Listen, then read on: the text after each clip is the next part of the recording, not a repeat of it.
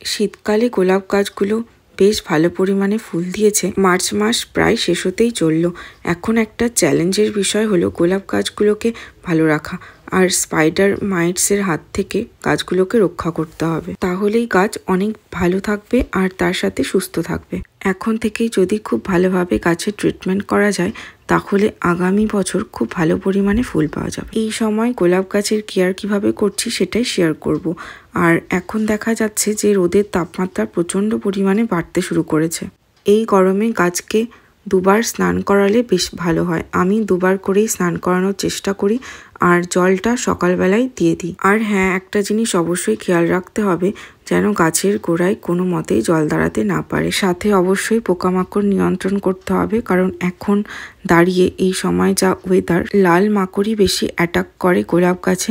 তবে আমার কাছে যে কয়েকটি গাছ আছে তাতে দেখেছি যে মিনিয়েচার গাছগুলোতে এই রেড মাইটসের অ্যাটাকটা অন্যান্য গাছের তুলনায় বেশি পরিমাণেই হয়। আগে থেকেই যদি সপ্তাহে একবার করে মাকড়নাশক দিয়ে যাওয়া হয় তাহলে গোলাপ গাছে খুব একটা মাকড়ের অ্যাটাক হয় না। সুপার সোনাটা এক্ষেত্রে খুব ভালো কাজ করে। তার সাথে সুপার সোনাটা যেহেতু একটা ভালো পিজিআর, তো এটা গাছের গ্রোথকেও খুব ভালো রাখে।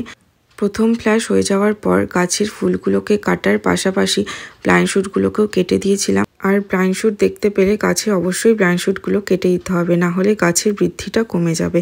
আর আমি প্রথম ফ্ল্যাশের পর এই মালচিং করেছিলাম এই খাবারটা দিয়ে। খাবারটার মধ্যে ছিল সর্ষের খোলের গুঁড়ো আর ডিএপি।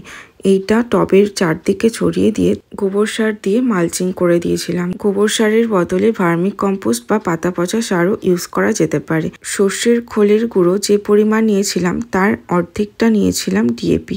এই রেশিওতে গাছে খাবারটা প্রয়োগ করেছিলাম।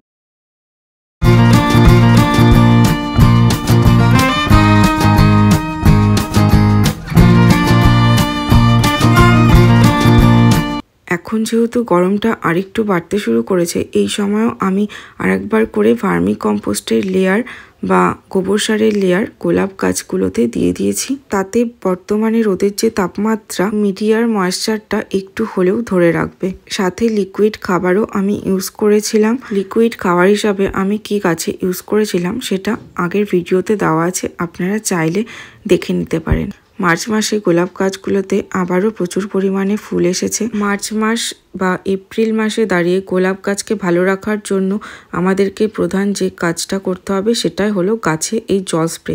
আর জল স্প্রেটা অবশ্যই খুব ফুল স্পিডে করতে হবে যাতে পাতার উপরের দিকের ধুলোগুলো চলে যায়। আর পাতার নিচের অংশেও খুব ভালোভাবে স্প্রে করতে হবে, কারণ পাতার নিচেই বেশি স্পাইডার মাইটসের অ্যাটাক হয়।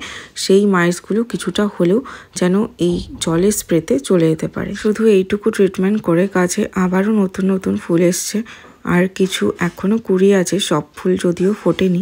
সাথে অবশ্যই রোগ পোকা দমনের জন্য হাতের কাছে 2 থেকে 3 রকম ওষুধ রাখতে হবে যাতে ঘুরিয়ে ফিরিয়ে ইউজ করা যায়। তাহলেই গাছ অনেকটাই সুস্থ থাকবে।